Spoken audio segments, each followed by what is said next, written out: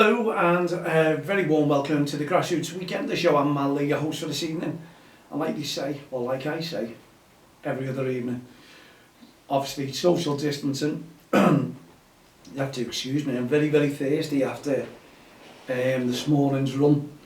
Now I'm putting the show on a little bit earlier than 7 o'clock, you may have noticed, just because there's footballs on, everyone's sort of on lockdown, and why should you wait till 7 o'clock? If I can put on a little bit earlier for you, if you're tuning in, that is. I just try and keep things alive if we can, you know, through lockdown. And the run, honestly, this morning was, I didn't sleep hardly through the night. It was terrible because I decided to do this run and I thought, I'm going to do it early, I'm going to see how it goes. But what they say to you when you're doing a run is fill up, fuel up, make sure you have plenty to eat. Now when you're getting up early in the morning and you're doing a run, how does that food digest?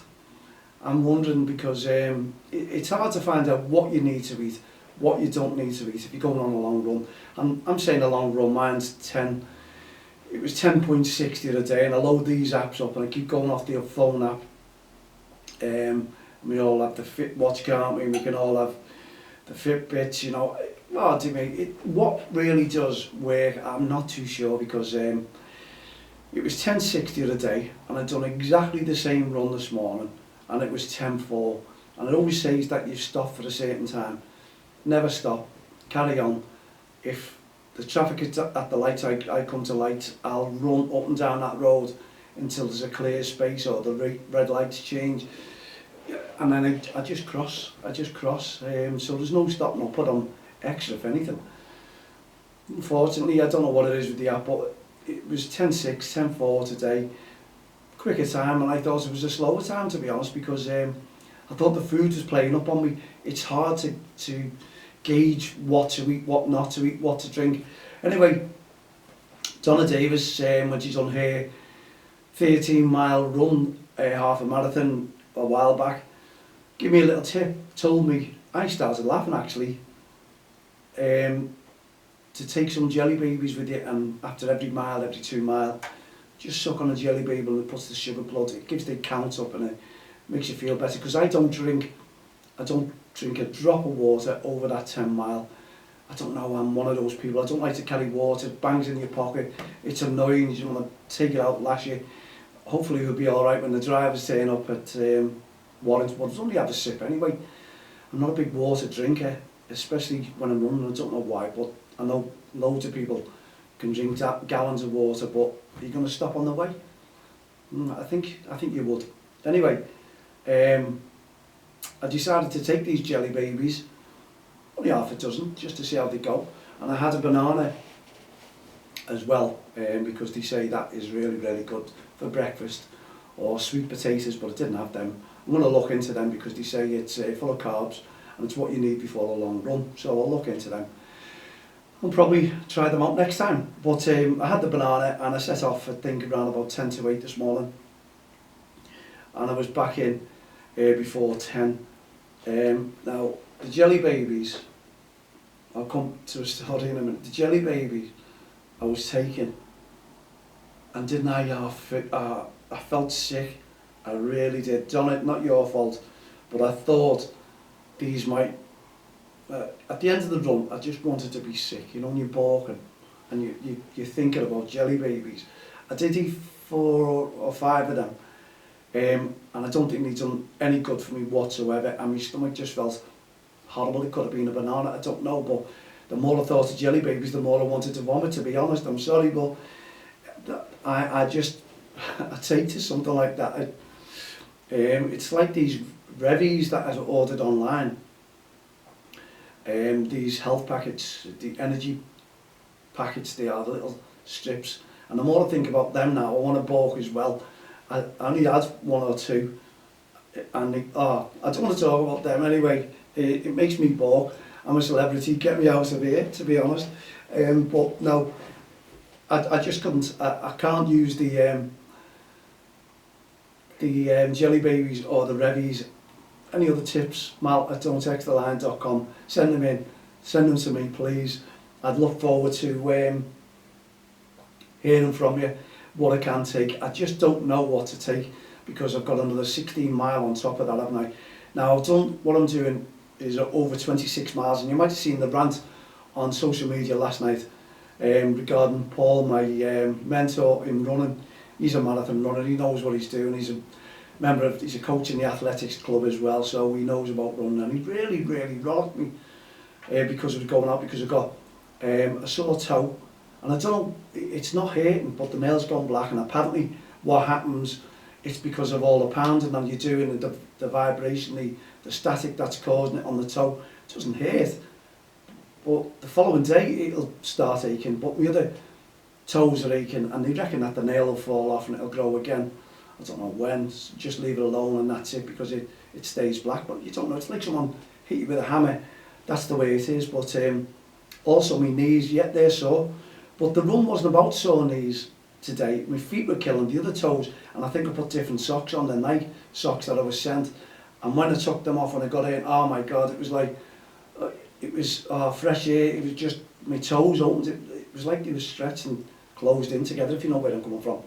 Anyway, I don't think I'll wear those Nike socks again. I think I complained at the very start, I haven't worn them. It's just getting the gear right, it's just getting the drinks right, it's just getting the energy right, because the more I'm thinking about jelly babies now, the more I want to be sick, so I'll try and get off that subject. And when I finished my run this morning, honestly, I was absolutely shattered. My buttock went this morning. I don't know what it was, that was killing. I forced myself through it. Don't get me wrong, Paul, I'm sorry, because he was rollicking me, telling me I might go and end up on crutches in a wheelchair, because my knees are sore. I need my physio, badly need my physio back. That's all I need, because he's cured me back. That's brilliant, not a problem. But I need my physio, because he said he'll cure my legs as well. Don't know about the knees, he said, because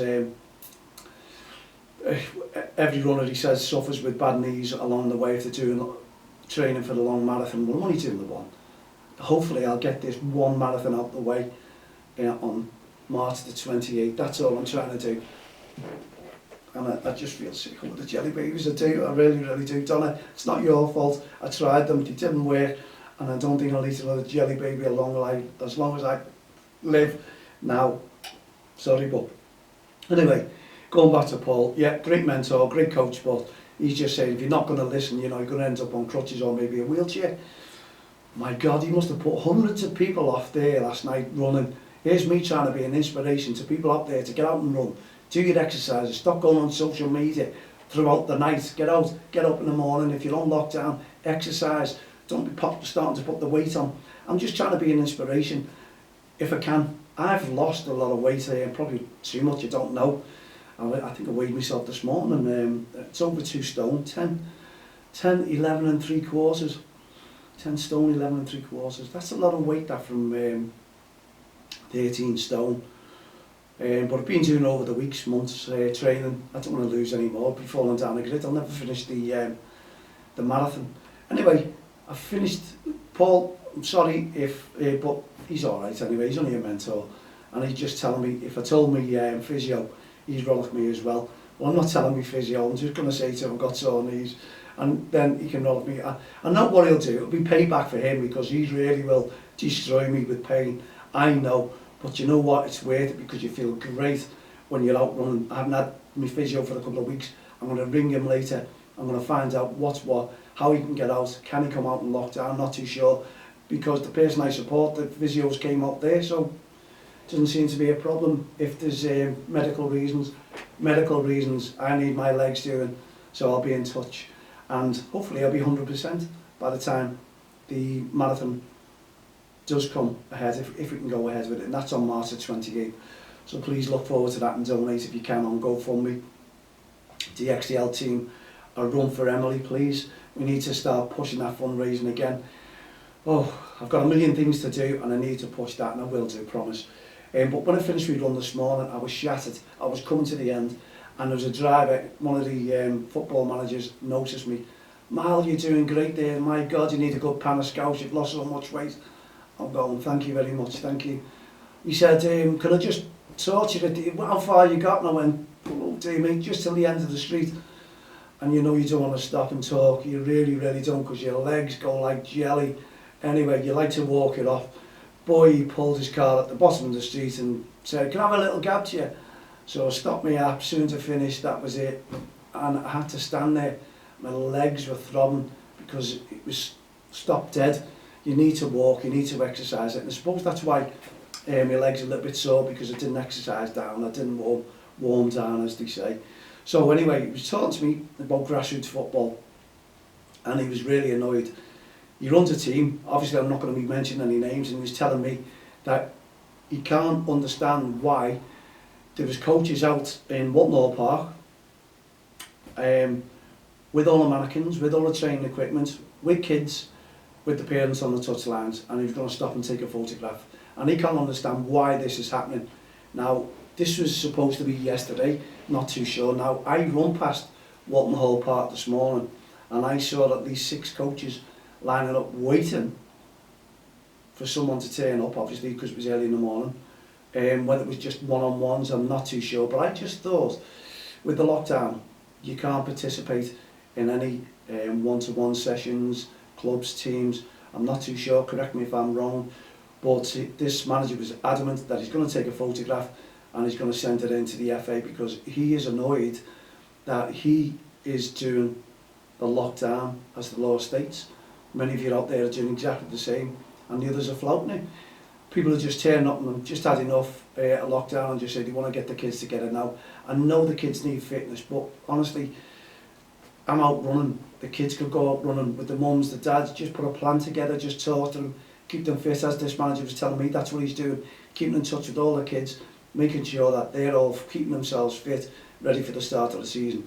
But as he said, he thinks this season is over.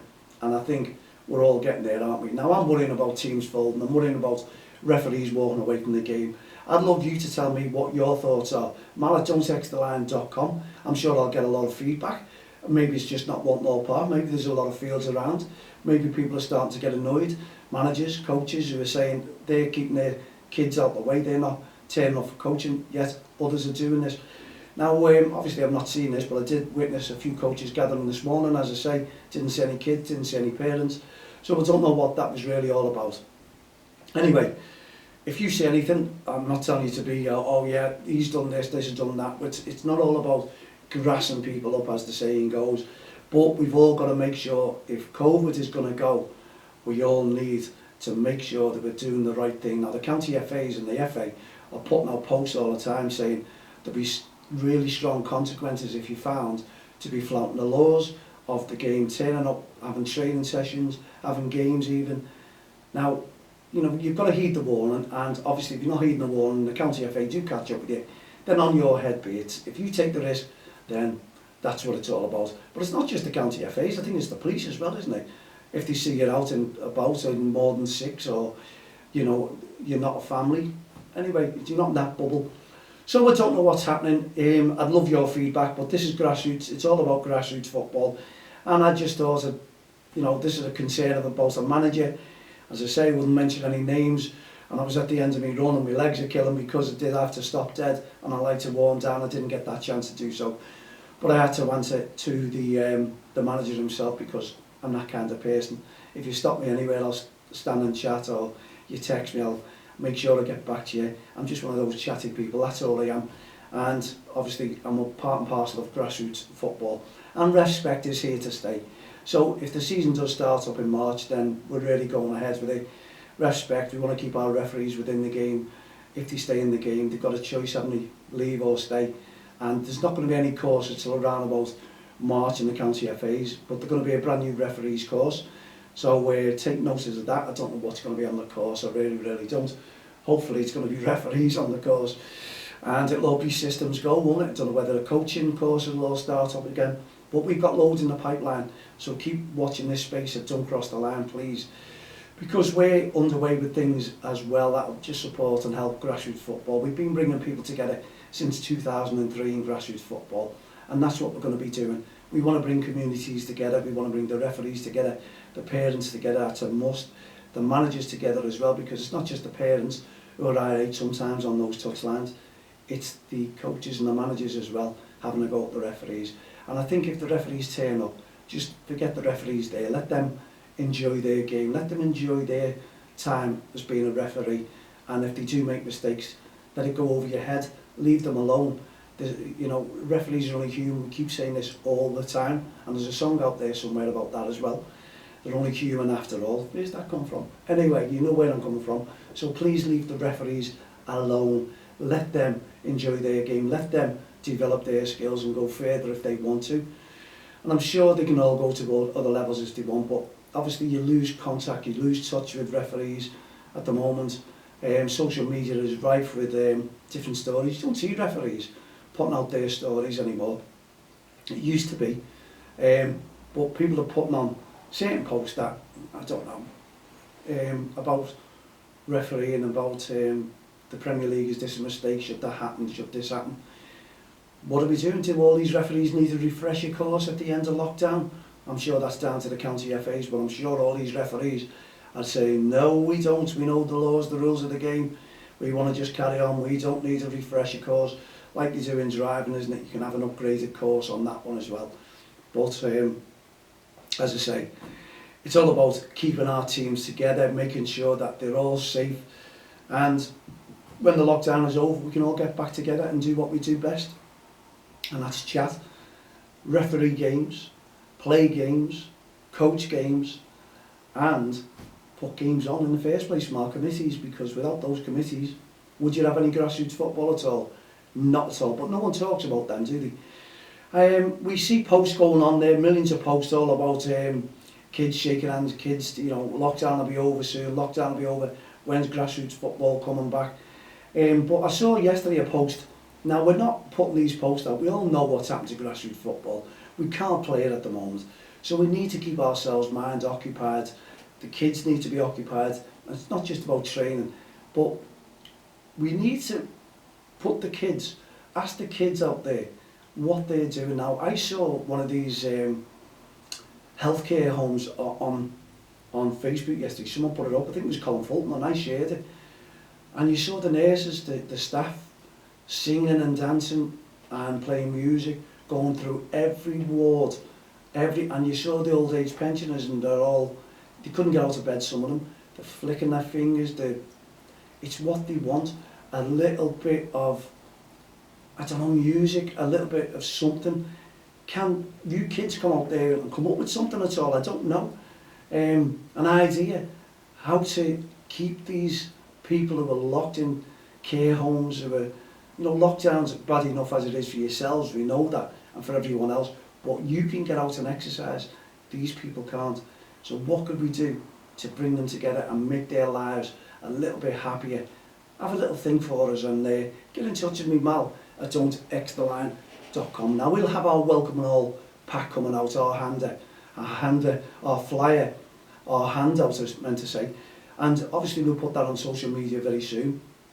And Wayne, who's organising with me, and Dan, they reckon we're going to get at least 100 kids. Now, we only want about 26 kids, and they reckon it's going to go through the roof, because the interest that we've got, and I'm not saying names at the moment, because the kids are going to have a ball, I'll tell you that now, because interviews are being lined up left, right and centre for the kids when they finish this course, and it's going to be a fun-packed course, and it will be if I'm on it and Dan's on it and Wayne's on it, because Wayne is funny. Many of you out there have not met Wayne, and I'm hoping to get Wayne on doing his own show, which he has done anyway, recorded it, so we'll get on there and we'll get that out to you, because he wants to pass a message on to yourselves about what the course is all about, what the podcasting is all about.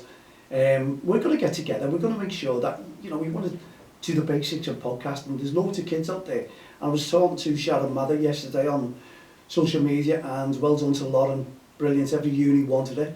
See what I mean, graphic designer. Do you know what, Sharon? Lauren is going to be a big help to me in the future, I assure you. A little bit of work there. I'm always looking for graphic designers, and I've seen some of her pictures. She's brilliant, and I'm sure she'll be a good price to me. Keep her in mind, let her know. Anyway, graphic designers, honestly, 10 a penny. And I'm telling you now, you've got to have some who are absolutely extreme. I've seen some of Lauren's work, and I was really, really impressed. And you don't see much work getting banded around from graphic designers, but I saw it, And you know what? Yes, A1. And I'm sure, as I say, I can do a lot with Don't Cross the Line and Lauren, and I'm sure she'll help me out because that is what I need, a good graphic designer. Mal at don'txtl.com, get in touch, Lauren, and I'm sure we'll go places together because we want to take this place to the moon and back if we can, and that's what we're going to do with Don't Cross the Line and our Respect campaign. There's loads going on. As I say, I'm talking to people every single day, governing bodies. I'm still in touch with all of them. No one's gone away from me. Phone call, Zoom, you name it. I'm keeping myself busy, and I'm also doing a run as well. Now, it's no good staying on social media right the way through the night, is it? No, it's not. Getting up in the morning, or are you getting up in the morning, you know, 11, 12 o'clock, it's going to ruin your life, honest. Believe me, I haven't been one of those people right the way through my life. I get up and start thinking, what can I do to get myself together? What can I do for the future? What am I planning?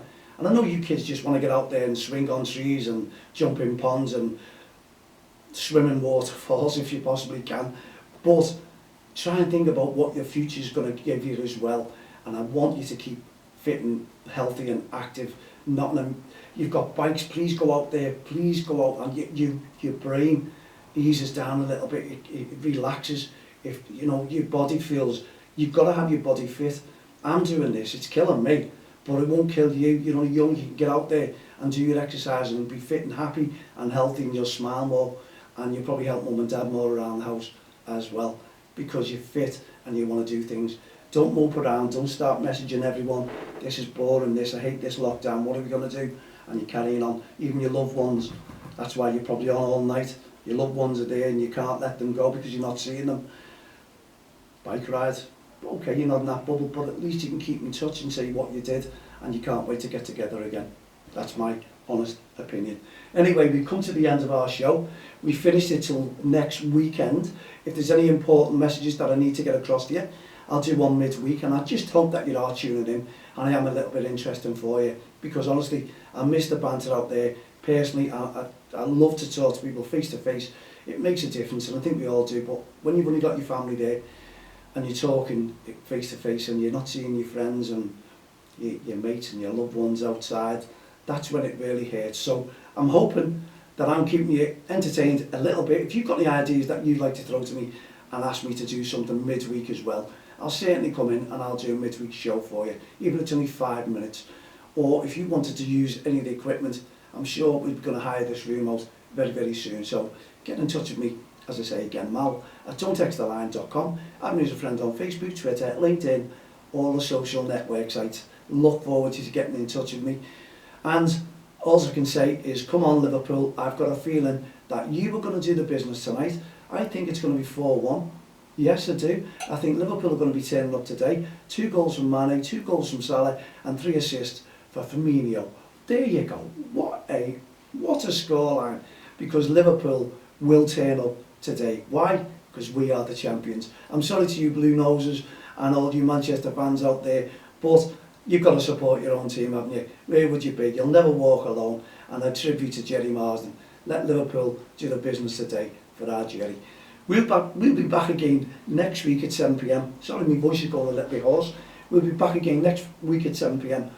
I think Friday evening, if not before. So for myself, Mal Lane, all the team here at the Grassroots Show, Don't Cross the Line and Respect programme. Have a great evening. Put your feet up, relax. Most of all, stay safe. And we'll see you next Friday at 7. Good night, God bless.